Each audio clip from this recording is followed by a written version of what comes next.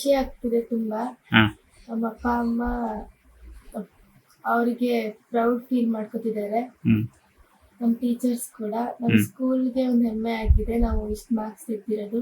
ಹ್ಮ್ ಅದಕ್ಕಿಂತ ಜಾಸ್ತಿ ಬರುತ್ತೆ ಅನ್ಕೊಂಡಿದ್ದೆ, ಹಾ ಇಷ್ಟು ಬಂದಿದೆ ಇವಾಗ. ಸೈನ್ಸ್ ಮತ್ತೆ ಸೋಷಿಯಲ್ ಒಂದೊಂದು ಹೋಗಿದೆ. ನಮ್ಮಮ್ಮ ಡೈಲಿ ನಾನು ಎಷ್ಟು ತನಕ ಓದ್ಕೋತಿದ್ದೆ ಅಷ್ಟು ತನಕ ಎದ್ದಿರೋರು. ಹ್ಮ್ ಯಾವಾಗ ಕೇಳಿದ್ರು ಕಾಫಿ ಮಾಡ್ಕೊಡೋರು. 12 ಗಂಟೆ ಆಗಲಿ ಬೆಳಗ್ಗೆ 4 ಗಂಟೆ ಆಗಲಿ ಬಂದು ಎದ್ದು ನನಗೆ ಕಾಫಿ ಮಾಡ್ಕೊಡೋರು.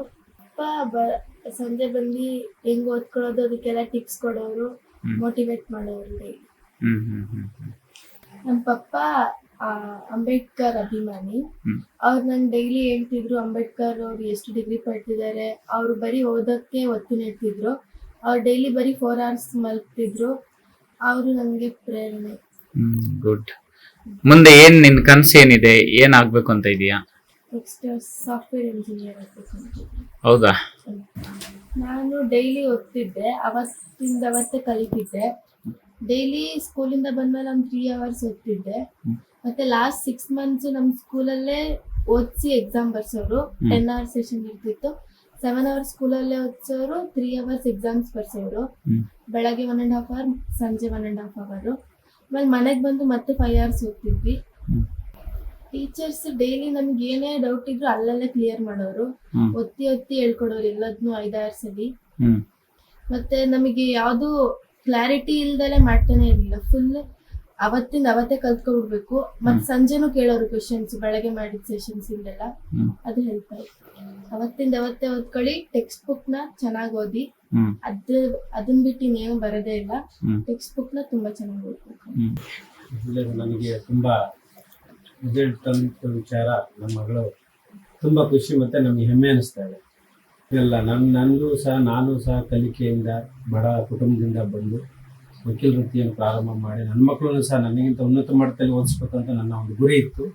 ಅದೇ ಥರ ನನ್ನ ಮಗಳು ಸಹ ನಮಗೆ ಪ್ರತಿದಿನ ಓದು ಮಗಳೇ, ದಯವಿಟ್ಟು ದೊಡ್ಡ ವಿದ್ಯೆಯಿಂದ ಮಾತ್ರ ಸಾಧ್ಯ, ಆಸ್ತಿ ಇಂಪಾರ್ಟೆಂಟ್ ಅಲ್ಲ, ವಿದ್ಯೆಯಿಂದ ಮಾತ್ರ ಸಾಧ್ಯ. ನಾನು ಪ್ರತಿದಿನ ಅವಳಿಗೆ ಟಿಪ್ಸ್ ಕೊಡ್ತಾ ಇದ್ದೆ, ಹಿಂಗೆ ಓದ್ಬೇಕು ಮಗಳೇ, ಅವತ್ತಿನ ಪಾಠ ಓದು, ಅವತ್ತಿನ ವಿದ್ಯಾಭ್ಯಾಸ. ಯಾವ ಟೀಚರ್ಸ್ ಆಗಲಿ ತಾಯಿ ಆಗಿದ್ದಾರೆ, ಆ ತಾಯಿ ಮಹತ್ವ ಏನು, ತಾಯಿ ಹೇಳ್ಕೊಟ್ಟು ನೀವು ಕಲಿಬೇಕಣವ. ನಮ್ಮ ಮನೆಯವರು ಸಹ ಶಿಕ್ಷಕರೇ ಆಗಿದ್ದರಿಂದ ತುಂಬ ಉತ್ತಮವಾಗಿ ಆ ಶಿಕ್ಷಕರ ಪಾತ್ರವು ಸಹ ನನ್ನ ಮನೆಯವರಿಂದ ಭಾಳ ಪ್ರೇರಣೆ ಆಗಿದ್ದಾರೆ. ಈ ದೇಶಕ್ಕೆ ಒಳ್ಳೆಯ ವ್ಯಕ್ತಿಯಾಗಿ, ಒಳ್ಳೆ ವಿಜ್ಞಾನಿಯಾಗಿ ಈ ದೇಶಕ್ಕೆ ಕೊಡುಗೆ ಕೊಡಲಿ ಅಂತ ನನ್ನ ಆಸೆ. IAS KS ಒಳ್ಳೆ ಉನ್ನತವಾದ ಅಡ್ಮಿನಿಸ್ಟ್ರೇಟಿವ್ ಲೆವೆಲ್ಗೆ ಹೋಗಿ ಈ ಸಮಾಜಕ್ಕೆ, ಈ ದೇಶಕ್ಕೆ ಒಳ್ಳೇದು ಮಾಡಬೇಕು, ಸಂಸ್ಕಾರ, ಈ ಸಮಾಜಕ್ಕೆ ಒಳ್ಳೆ ರೀತಿ ಕೊಡುಗೆ ಕೊಡಲಿ ಅಂತ ನನ್ನ ಆಸೆ. ಫೀಲ್ ಆಗುತ್ತೆ ಸರ್. ಅವಳು 625 ತೆಗಿತೀನಿ ಅಂತ ಮನ್ಸು ಮಾಡಿದ್ಲು. 2 marks ಕಡಿಮೆ ಆಯ್ತು. ಅವಳು ತುಂಬಾ ಚೆನ್ನಾಗಿ ಓದ್ತಿದ್ಲು ಸರ್.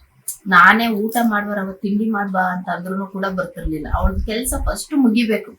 ಅವಳು ಮುಗಿಯೋವರ್ಗು ಅವಳು ಊಟ ತಿಂಡಿಗೂ ಕೂಡ ಅಷ್ಟು ಪ್ರಾಶಸ್ತ್ಯ ನೀಡ್ತಿರ್ಲಿಲ್ಲ. ಬೆಳಗ್ಗೆ ಏಳಿಸ್ತಿದ್ದೆ, ಅಂದ್ರೆ ಅವಳೇ ಹೇಳೋಳು, ನನ್ನನ್ನು ಕಾಯ್ತಾ ಇರ್ಲಿಲ್ಲ. ಆದ್ರೂ ಒಂದೊಂದ್ ದಿನ ಮಲಗ್ದಾಗ ನಾನು ಏಳಿಸ್ತಿದ್ದೆ. ಅವ್ರ ಟೀಚರ್ಸ್ ಕೂಡ ಆಗಾಗ ಕಾಲ್ ಮಾಡಿ ಹೇಗ್ ಓದ್ತಿದ್ದಾಳೆ ಅಂತ ಕೇಳ್ತಿದ್ರು. ಭಾನುವಾರನು ಸಹ ಬಿಡ್ತಿರ್ಲಿಲ್ಲ. ಅವ್ರು ಫೋನ್ ಮಾಡಿ ಓದ್ತಾ ಇದಾರ, ಏನ್ ಮಾಡ್ತಿದಾರ ಅಂತ ಕೇಳ್ತಿದ್ರು. ನಮ್ ಸಪೋರ್ಟು, ಟೀಚರ್ ಸಪೋರ್ಟ್ ತುಂಬಾ ಇತ್ತು ಸರ್. ಅಷ್ಟು ಅವಶ್ಯಕತೆ ಅವಳಿಗೆ ಇರ್ಲಿಲ್ಲ.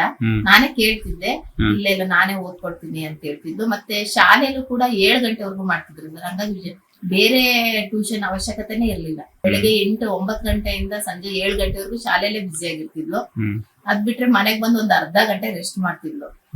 ಆಮೇಲೆ ಮತ್ತೆ ಓದೋದವ್ರಿಗೆ ಯಾವತ್ತೂ ಕೂಡ ಸರ್ ಎಲ್ಲರ ಮೆಂಟಾಲಿಟಿ ಅಂದ್ರೆ ಎಲ್ಲರ ಓದಿನ ಸಾಮರ್ಥ್ಯ ಒಂದೇ ರೀತಿ ಇರಲ್ಲ. ನಾವು ಇನ್ನೊಬ್ರಿಗೆ ಕಂಪೇರು ಮಾಡ್ಕೋಬಾರ್ದು. ನಮ್ಮನ್ನ ಯಾವತ್ತು ನಮಗೆ ಎಷ್ಟು ಸಾಧ್ಯನೋ ಅಷ್ಟು ಪ್ರಯತ್ನ ಪಡ್ಬೇಕು. ಆ ಪ್ರಯತ್ನ ಫಲ ಆಗ್ಲಿಲ್ಲ ಅಂದಾಗ ನಾವು ಡಿಪ್ರೆಷನ್ಗೆ ಹೋಗ್ಬಾರ್ದು.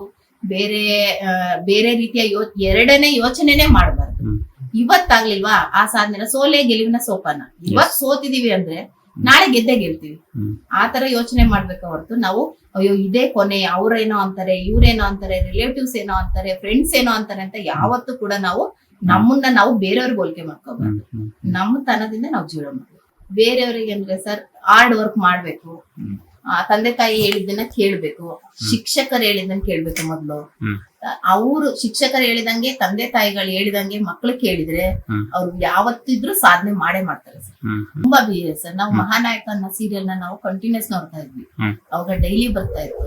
ಅಲ್ಲಿ ನಮ್ಮ ಸಮುದಾಯದವರು ಎಷ್ಟು ಕಷ್ಟ ಪಡ್ತಿದ್ರು ಅನ್ನೋದನ್ನ ನಮ್ಮ ಮಕ್ಳಿಗೆ ತೋರಿಸ್ತಾ ಇದ್ವಿ. ಶಿಕ್ಷಣದಿಂದ ಮಾತ್ರ ನಾವ್ ಮೇಲ್ ಬರೋದ್ ಸಾಧ್ಯ. ನಮಗ್ ಗೌರವ ಸಿಗ್ಬೇಕು ಅಂದ್ರೆ ಶಿಕ್ಷಣ ಪಡಿಬೇಕು.